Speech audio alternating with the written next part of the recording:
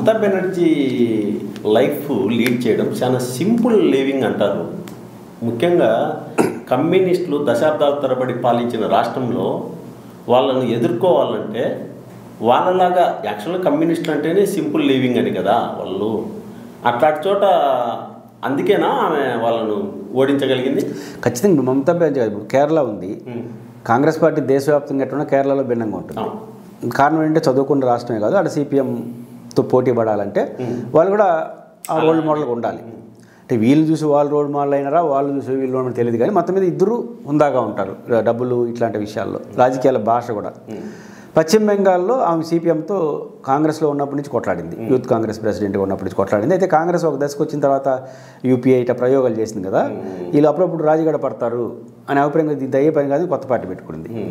కట్రోత్తుగా దాన్ని వ్యతిరేకించింది. పెళ్లి కూడా చేసుకోకుండా దానికోసం పెళ్లి చేసుకొని పెళ్లి కూడా చేసుకోవాలి. ఆమె సింపుల్ లైఫ్ ఎందుకు కనిపెట్టిందంటే తెగించింది, వాళ్ళతో కొట్లాడే క్రమంలో తెగించింది. జ్యోతి బసు గారు లాంగెస్ట్ చీఫ్ మినిస్టర్, కానీ ఉన్నంతలో ఆయన బ్రిటన్లో చదువుకున్నాడు. ఆర్థికంగా అంటే వెల్ కుటుంబం నుంచి వచ్చాడు, ఆయన సంపాదించింది కాదు. ఆయనతో పోల్చుకుంటే ఇంకా సింపుల్ సిటీ. రెండోది ఆమెకు రోల్ మోడల్ ఆయనకు ముందు బుద్ధదేవ్ భట్టాచార్య. బుద్ధదేవ్ భట్టాచార్య ఒక ప్రైవేట్ బ్యాంకులో మేనేజర్, ప్రైవేట్ బ్యాంకులో ఎంప్లాయ్. ఆమె ప్రైవేట్ బ్యాంకులో ఎంప్లాయీ, అప్పుడు చేస్తే chief minister. Buddhadev Bhattacharya chief మినిస్టర్గా మన రాష్ట్రంతో, మన ఉమ్మడి 2 తెలుగు రాష్ట్రాలు అంత రాష్ట్రం పశ్చిమ బెంగాల్ పెద్ద రాష్ట్రం. ఒక పెద్ద రాష్ట్రానికి 15 సంవత్సరాలు ముఖ్యమంత్రి అయిన, 15-17 సంవత్సరాలు బుద్ధదేవ్ భట్టాచార్య కూడా 15 సంవత్సరాల ముఖ్యమంత్రిగా పనిచేసిన భార్య బ్యాంకులో ఎంప్లాయీ. ఏది చీఫ్ మినిస్టర్గా ఉన్నప్పుడే.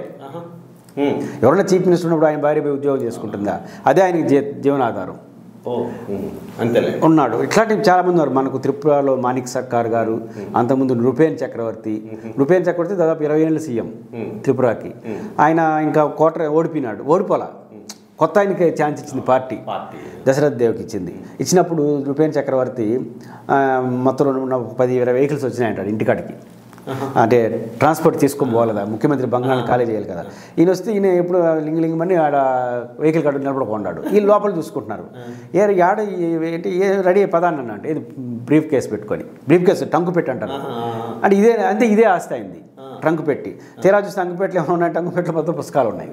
ఒక పుస్తకం 2-3 డ్రెస్సులు తప్ప ఏమీ లేవు.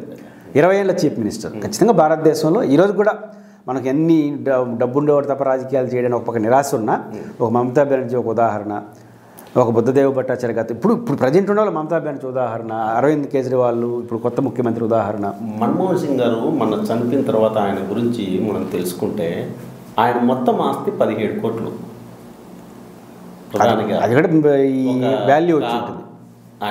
ఆయన self driving car, 5 years finance మినిస్టర్గా పనిచేసిన తర్వాత సెల్ఫ్ డ్రైవింగ్ కారు, 3 కూతుర్లు, వాళ్ళ అల్లుళ్ళు కానీ వాళ్ళ కుటుంబ సభ్యులు కానీ ఎక్కడ రాజకీయాలు లేరు. మీకు మనకు ఇప్పుడు వస్తున్నాయి పార్లమెంట్లో ఆయన చేసిన వీడియోలు, నోట్ల రద్దు అప్పుడు ఆయన మాట్లాడినటువంటి. మనం ఇంత క్రిటికల్ పార్లమెంటరీ పాలిటిక్స్లో ఒకళ్ళు లేస్తే ఇంకోటి ఒప్పుకోడు, ప్రధానమంత్రి లేచినా పక్కన అరెస్ట్గానే ఉంటాడు. ఇట్లాంటి రాజ్యసభలో నేను నిన్న చూసి ఆయనది పాతది అవన్నీ వస్తున్నాయి కదా, నోట్ల రద్దుపైన అద్భుతంగా మాట్లాడాడు 6 minutes. ఆయన తీవ్రమైన విమర్శలు చేసినాడు మంచి భాషతో. నరేంద్ర మోడీ గారు అందరూ చేతులు పెట్టి గుమ్మని విన్నారు. ఆ ఫ్రెండ్ డ్రాప్స్ అంటే 6 నిమిషాలు అధికార పార్టీ కూడా ఏమన్నా ఇది మానవ హననం, టెక్నికల్గా చాలా తప్పు చేశారు, పొలిటికల్ బ్లెండరు, అదే జరిగింది కదా ఆయన చెప్పింది. 2% డీజీడీ పడిపోతుందని చెప్తే ఇంత తీవ్రమైన విమర్శలు చేస్తాన్నా కనీసం ఒక్క మాట కూడా మోడీ గారు అందరూ పెన్ డ్రాప్స్ అంటున్నాడు. అంటే ఒక వాల్యూ ఉన్న పొలిటీషియన్కి ఇంత క్రిటికల్ పార్లమెంట్లో కూడా ఆ గౌరవం ఉంటుంది. అంటే మనం అంతా కదా నిజాయితీ పరుల కాలం లేదు అని ఆయనకి ఇదే బెస్ట్ ఎగ్జాంపుల్. ప్రతిపక్ష నాయకులు లేచినా, ప్రధానమంత్రి మోడీ లేచినా అరుస్తుంటారు. అలాంటిది మాజీ ప్రధానమంత్రి ఆయన లేచి అరిస్తే ఆయన ఏం చేయడు, కూర్చుంటాడు, ఆరోగ్యం కూడా బాగలేదు.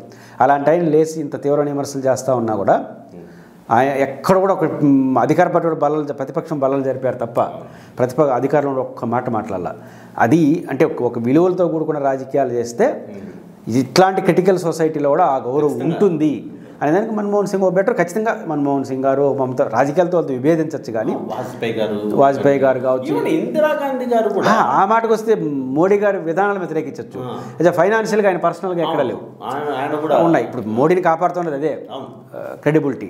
కాబట్టి ఇవన్నీ చూసినప్పుడు వాల్యూస్కి సొసైటీలో రాజకీయాల్లో ఎప్పటికీ విలువ తగ్గదు.